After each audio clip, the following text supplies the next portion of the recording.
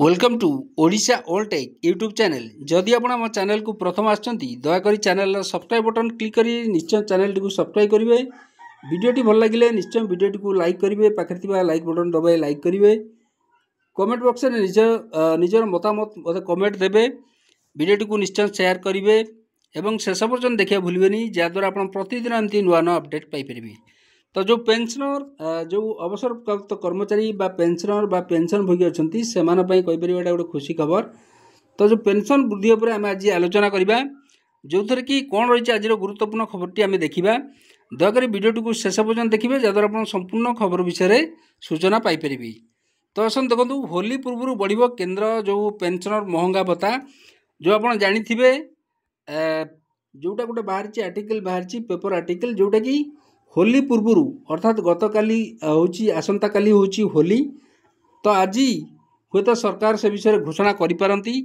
जो पेंशनर मानकर आप जाथे जो पेंशनर माने बा अवसरप्राप्त कर्मचारी माने सेमानकर डीआर पाती बा डीएनएस रिलीफ पाती सेमानकर वृद्धि हो पारे एवं कर्मचारी मानकर जो आप जानते डीए से माने पाती डीएटा बा महंगा भत्ता वृद्धि हो पारे जहाद्वारा कि वृद्धि होगा फल पेंशनर बा कर्मचारी मानकर जो पेंशन एवं दरमार वृद्धि घटी थाए।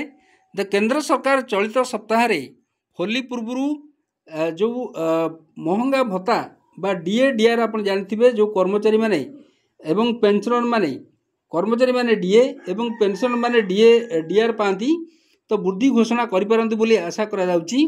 जो थर कि मूल दरमार पाखापाखि 53 रु 55% जो रही पर्यंत महंगा भत्ता बढ़ी पारे बोली आशा करा जाउची।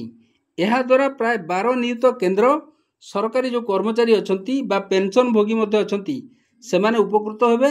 सेमानकर जो पेंशन अच्छी पेंशन ने वृद्धि घटिबो ता सहित जो सैलरी पाउचंती बा दरमा पाउचंती से दरमारे मध्य वृद्धि घटिबो।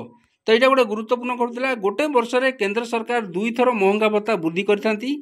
साधारणतः आप जानिथिबे मार्च रे वर्षर प्रथम वृद्धि घोषणा कराई जाए जहाँ होली पाखापाखि होता है।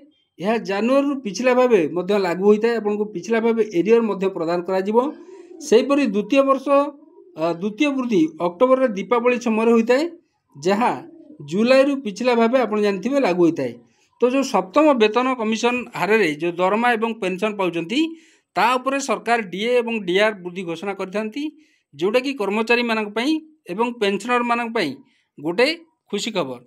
जो सप्तम वेतन कमिशन अधीन रे पाखापाखि 12 नियुक्त अधिक केंद्र सरकारी कर्मचारी और जो पेंशन भोगी यह द्वारा उपकृत हेबे। मूल दरमार 53 रु 55% पर्यंत महंगा वृद्धि होगा संभावना रही। महंगा भत्ता सरकारी कर्मचारी को डीए दिया बेले जो पेंशन भोगी बा अवसरप्राप्त कर्मचारी को डीआर दि जाए।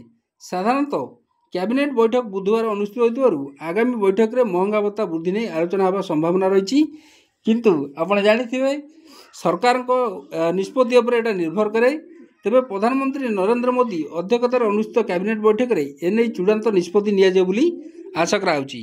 तो सरकार यदि कैबिनेट बैठक बसाती एवं कैबिनेट बैठक में आप जानते गोटे ट्रेंड रही जोटा कि होली पूर्व साधारणतः कर्मचारी एवं पेंशनर मानकर जो महंगा भत्ता वृद्धि कराई थाए एवं पेंशनर मानकु मध्य पेंशन प्रदान कराई थाए एवं जो माने सरकारी कर्मचारी अछंती सेमानकु महंगा भत्ता बा डीए प्रदान कराई थाए डीएनएस अलाउंसेस एवं पेंशनर मानकु डीआर प्रदान कराई थाए जोटा कि कर्मचारी एवं पेंशनर मानक पई गोटे खुशी खबर आनि दै थाए सेमानक पेंशन एवं दरमारे वृद्धि घटी थाए।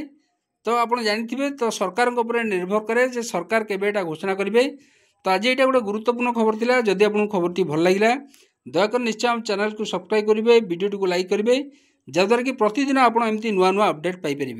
धन्यवाद।